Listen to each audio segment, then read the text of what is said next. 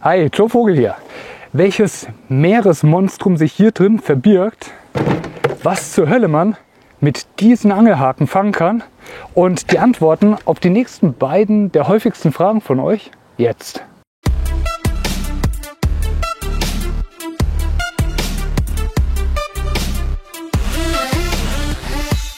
Ihr habt mir in den letzten Monaten immer wieder Fragen gestellt, die ich jetzt beantworten möchte. Also die erste der beiden Fragen. Warum ausgerechnet Griechenland? Es gibt 100.000 Gründe, die dafür sprechen, warum man nach Griechenland zieht. Das Wetter spielt eine Rolle. Also hier ist es sehr viel länger warm oder besser gesagt heiß. Die Tierwelt spielt eine Rolle, das Meer. Es ist sehr vieles einfacher und unbürokratischer. Es fängt beim Angeln im Meer und an den Flüssen an. Da brauchst du keinerlei Lizenz. Es geht weiter mit der Jagd, die hier erheblich freier ist und sehr viel abenteuerlicher. Und dann ist es tatsächlich auch so, dass die Immobilienpreise in Griechenland viel, viel geringer sind, viel niedriger sind als in Deutschland und es für uns möglich war, hier ein richtiges Wohnhaus in der Nähe des Meeres zu kaufen, ohne einen Cent Kredit aufzunehmen. Und das ist sowas, das für die meisten in unserer Generation eigentlich nicht mehr möglich ist. Also deshalb sprechen viele Dinge dafür. Ich glaube, die wirtschaftlichen Gründe haben für uns nie so die absolute Rolle gespielt, sind auch wichtig, aber wir haben uns immer sehr wohl und daheim hier gefühlt und die Leute hier haben wir immer als extrem freundlich und gastfreundlich und kameradschaftlich kennengelernt. Also gibt es unheimlich viele Gründe. Unser Essen ist besser hier. Das Essen ist erheblich besser als in Nordeuropa, das ist tatsächlich so. Frage Nummer 2. Hast du das YouTube-Video von dem oder der Bushcrafterin gesehen? Es ist tatsächlich so, dass wir so viel draußen unterwegs sind. Wir sind in den Bergen, beim Pilzesammeln, bei der Jagd, wir sind am Meer, beim Angeln, Schnorcheln, Schwimmen. Wir sind auf unserem Grundstück. Ganz selten komme ich wirklich dazu, größere Mengen von YouTube-Videos anzuschauen und noch weniger komme ich dazu, Videos zu reacten. Also das wird es auch von mir nicht geben. Ich werde auch keine Streams machen oder sowas. Wenn ich etwas wirklich interessant oder relevant finde, thematisch, dann kann es sein, dass ich das Ganze aufarbeite, beispielsweise in einem Artikel für eines der Magazine, für die ich schreibe. Oder ich mache ein Video dazu, das ich aber entsprechend dann thematisch auch vorbereite. Aber ich kann tatsächlich leider nicht die ganzen YouTube-Videos anschauen, die zum Thema Bushcraft oder Survival draußen sind. Wenn dir irgendetwas auffällt, was wirklich spannend ist oder interessant ist, von der Fragestellung her, schick es mir gerne. Aber es ist tatsächlich so, dass die allermeisten Videos an mir vorbeigehen und da bin ich ehrlich gesagt auch relativ froh, weil wir wirklich so ausgelastet sind mit draußen sein, dass das Video angucken glücklicherweise weniger Gewicht in unserem Leben hat. Das war jetzt aber eine lange Antwort. Das war eine sehr lange Antwort, ja. Wir wollen uns jetzt mit kleinen Seemonstern beschäftigen und dazu ziehe ich tatsächlich Handschuhe an, weil sonst werde ich wahrscheinlich nicht mehr heimfahren dürfen. Wie meinst du das? Das Tier, das wir uns anschauen, oder die Tiere, die wir uns anschauen, die sind relativ glibbelig und die haben auch einen ziemlich starken Eigengeruch. Und die Tiere, die wir uns anschauen, die kann man auch mit sowas hier fangen. Vielleicht hast du schon erraten, um was es sich handelt. Es geht um Kraken oder Oktopusse. Und das ist etwas, was ich relativ häufig und gerne mache.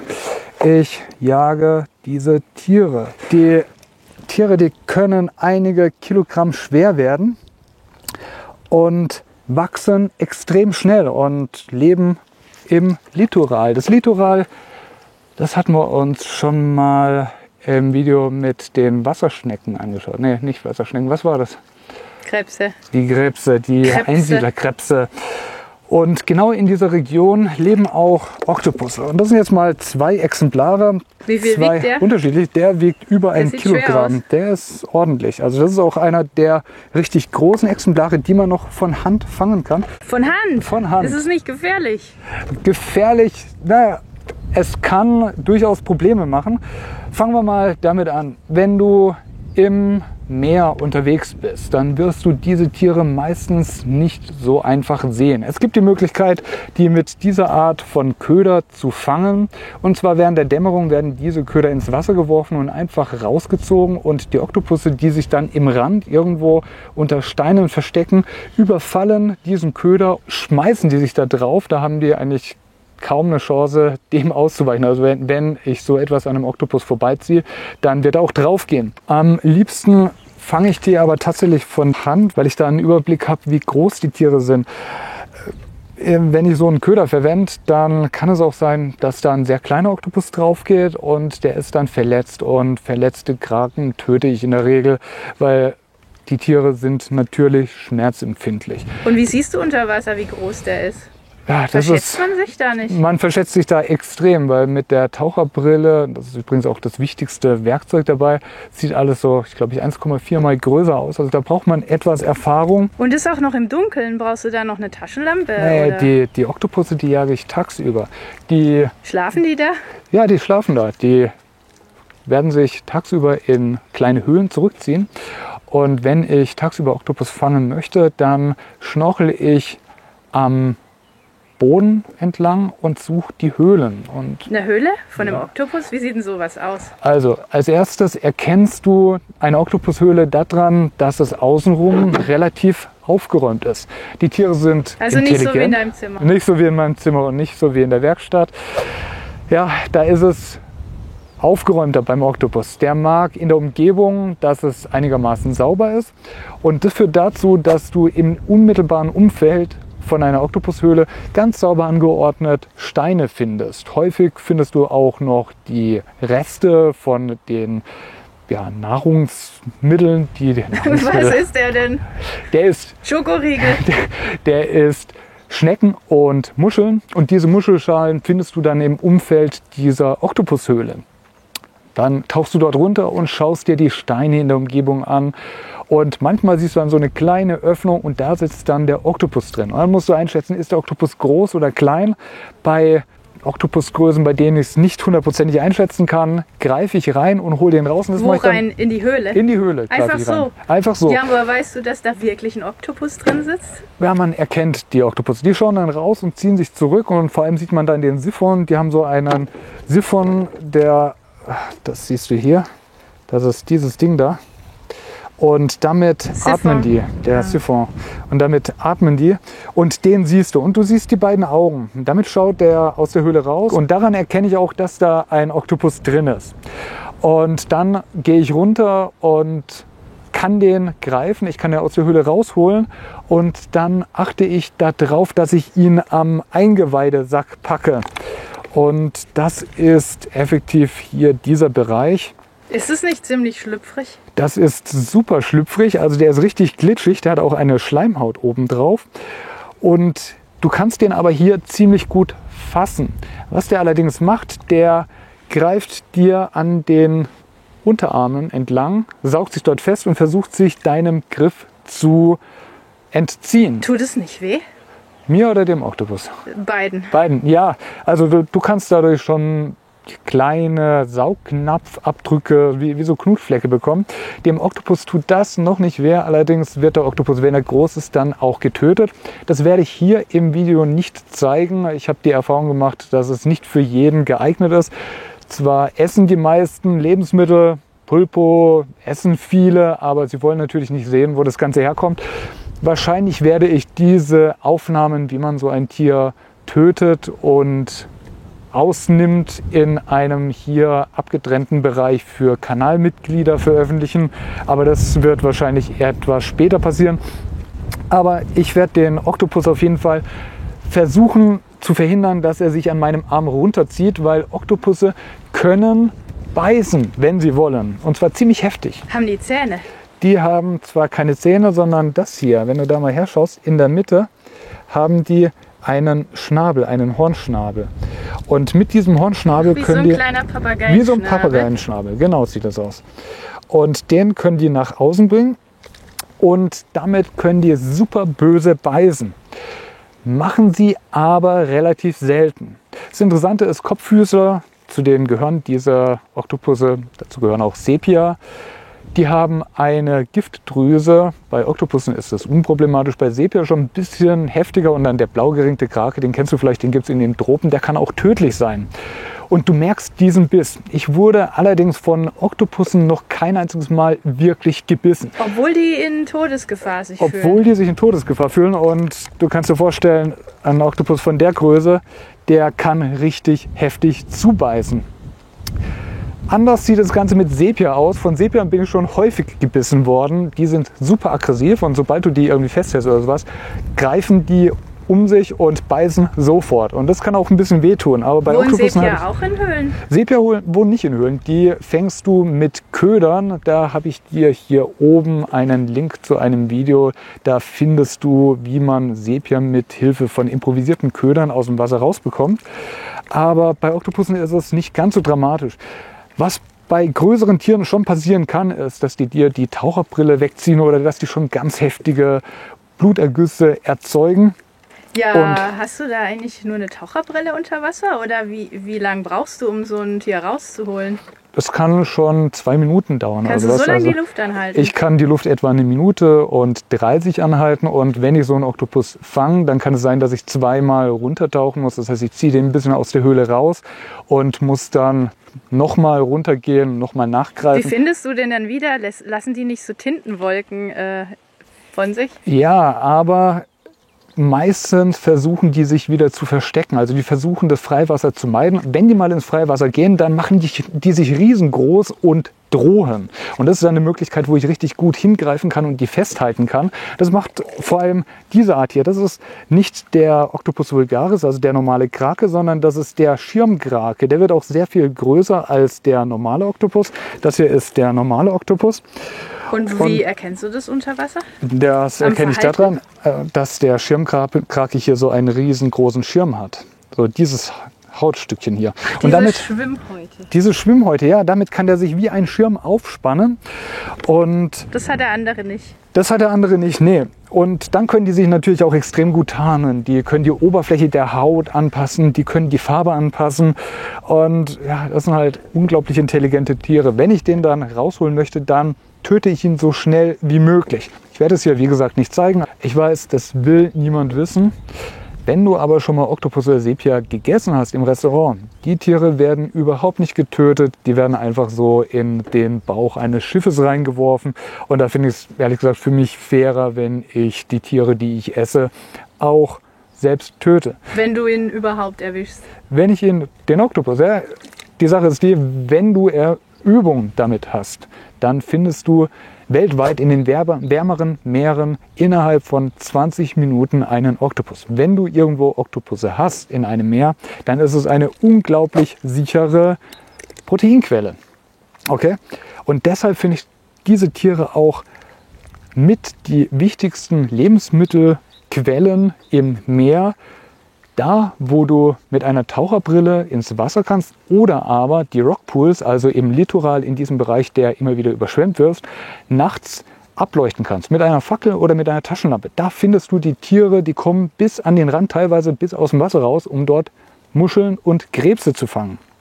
Wenn ich auf so richtig große gehe, dann schaue ich, dass ich mindestens eine Hand mit einem Handschuh habe. Das hat aber weniger damit zu tun, dass die Tiere mir gefährlich werden, sondern was die machen, die sind eben gar nicht so unschlau. Die können sich manchmal mit Seeigeln schützen. Das heißt, die greifen sich dann Seeigel und drücken den an dich dran oder haben eine scharfe Muschel, die sie sich irgendwie festhalten. Und dementsprechend habe ich bei den richtig Großen gerne einen Handschuh dran. Jetzt sag mal noch mal zu deiner Ausrüstung zusammengefasst. Du trägst eine Taucherbrille und einen Handschuh. Das Minimale, was du brauchst, ist eine Taucherbrille. Damit sehe ich die. Ich kann die dann auch ohne jeden Handschuh, ohne weitere Ausrüstung rausholen. Wenn ich dann zum Meer runterlaufe und sage, okay, ich gehe jetzt extra zum Oktopus jagen, dann habe ich einen Handschuh dabei, dann habe ich ein Fangnetz dabei. Handschuh. Das ist so ein ganz einfacher. Ist das ein Neopren oder? Das ist ein ganz normales Taucherhandschuh. Der ist aber stabil gegen Bisse. Ja, es geht nicht um die Bisse, es geht um die scharfen Steine. Und du musst ja manchmal Steine umdrehen. Und um die Segel und um die Muscheln, die sich teilweise zur Verteidigung verwenden. So, und dann habe ich ein Fangnetz und ein Messer dabei. Schnorchel, Ausrüstung, also ABC-Ausrüstung, Brille, Schnorchel und Flossen. In manchen Fällen, zum Beispiel wenn das Wasser noch sehr kalt ist, habe ich noch einen Neoprenanzug, einen Shorty meistens an. Das ist so die maximale Ausrüstung, die man dafür braucht. Das Minimale, wie gesagt, Taucherbrille oder wenn du die am Ufer nachts sammelst, dann... Am Ufer heißt es eigentlich 1-2 Meter Tiefe oder in welcher Tiefe bewegen die sich eigentlich? Also, die kommen vor bis in 200 Meter Tiefe etwa. Größtenteils sind die... Ja, so weit wirst du ja nicht runterschnorcheln. So weit schnorchel ich nicht runter. Größtenteils fange ich die in 5 bis 15 Metern Tiefe. Nachts kommen die aber bis an den Rand, wo es vielleicht maximal so knöcheltief ist. Und da kannst du die einfach aus der Spritzwasserzone, kannst du die einfach absammeln. Ja, einfach so absammeln, weil die kriegen ja mit, dass du die absammeln möchtest. Musst du dich da von hinten anschleichen oder was ist denn da deine Taktik? Die sind nicht so schnell. Ich gehe einfach hin und hole sie tatsächlich raus. Manchmal muss ich einen Stein rumdrehen, aber tatsächlich ist es gar nicht so schwierig. Der sieht ja ganz schön gefährlich aus. Kann der dich eigentlich auch unter Wasser ziehen? Von der Größe prinzipiell ja. Wenn der sich in einer Höhle richtig festhält und dich festhält, besteht theoretisch die Möglichkeit, dass er dich festhalten kann. Die Wahrscheinlichkeit ist aber relativ gering. Anders sieht das Ganze bei den großen Kraken aus, die bis zu 3 Meter groß werden oder bei solchen Tieren wie Kolosskalmare in der Tiefsee natürlich. Nur da sind Angriffe nicht bekannt. Humboldt-Kalmare, die greifen gerne mal an. Also Sepia und Kalmare, das sind ganz andere Geschichten. Oktopusse selbst, die sind nicht aggressiv. Da auch der Hinweis, gar nicht so ungefährlich ist, wenn du Oktopusse in Hai- oder Moränenregionen jagst, weil wenn du die dann in einem Netz hinter dir herziehst, kann es durchaus sein, dass dann ein größeres Tier danach schnappt. Also, dann habe ich den Oktopus draußen, dann koche ich ihn. Wenn es Notnahrung ist. In Essigwasser. Ja, wenn es keine Notnahrung ist, also wenn ich das daheim in der Küche koche, das mache ich relativ häufig, dann mache ich das mit Essig, Wasser, Lorbeer. Koche ich den 2 Stunden, bis er zart ist, schneide den klein, gutes Olivenöl drauf, Oregano drauf, etwas Zitronensaft drauf. Es gibt wenig Besseres und dann hast du deine Proteinbombe wirklich komplett selber. Ich fange schon an zu sabbern. Den werden wir auch heute machen. Ja, deshalb machen wir ein bisschen schneller. Deshalb, ich hab den hier auch gut gekühlt. Im Notfall kannst du die auch einfach so in Salzwasser kochen oder über der Glut rösten. Die sind doch schon von sich aus salzig. Ja, die sind von sich salzig, aber du hast halt kein Süßwasser zur Verfügung. Deshalb nimmst du einfach Salzwasser, Meerwasser, um das zu kochen im Notfall. Oder du machst es über den Grill. Dann werden die aber sehr viel robuster und du musst ein bisschen mehr kauen. Aber das muss ja nicht das Schlimmste sein. Ja, hat man Beschäftigung und im Zweifel dann auch noch Zahnseide. Wir werden uns jetzt immer wieder mit Lebensmitteln beschäftigen, die du am Meer findest. Darunter werden einige tierische Lebensmittel sein, aber auch Lebensmittel, die in Sumpf- und Süßwasser wachsen. Wichtig ist dabei, ich werde die Tiere nicht vor der Kamera töten. Ich werde das zumindest hier nicht auf dem offenen Kanal zeigen. Schreibt mir unten in die Kommentare, ob für euch möglicherweise von Interesse wäre, dass ich eine Kanalmitgliedschaft anbiete, bei der diese Videos dann unzensiert gezeigt werden. Da muss ich auch schauen, ob das den Community-Richtlinien genügt. Ansonsten werden wir uns eben, wie gesagt, wirklich intensiver um Ernährung beschäftigen. Wenn dich das Thema interessiert, schau gerne mal in mein Buch Tierische Notnahrung, Überleben in Extremsituationen. Wie heißt das Buch? Ja, so in die Richtung. Ich verlinke es dir unten als Affiliate. Schau gerne mal da rein. Da findest du auch Techniken, wie du die Lebensmittel konservierst, wie du Tiere fängst etc. Wir werden das Ganze aber auch hier auf dem Kanal machen. Wie ist es mit dir? Würdest du solche Tiere wie Oktopus jagen und auch zubereiten oder hast du da irgendwie Bedenken, weil du die Tiere nicht so gut kennst? Die gibt es in Deutschland, vielleicht in der Nordsee, relativ selten. Und wenn du da keinen Bezug hast, dann kann es schon relativ beängstigend sein, wenn so ein großes Tier sich an deinem Arm entlang Richtung Körper bewegt. Schreib es mir unten in die Kommentare. Ansonsten gilt wie immer, geh raus, mach's gut, bleib gesund.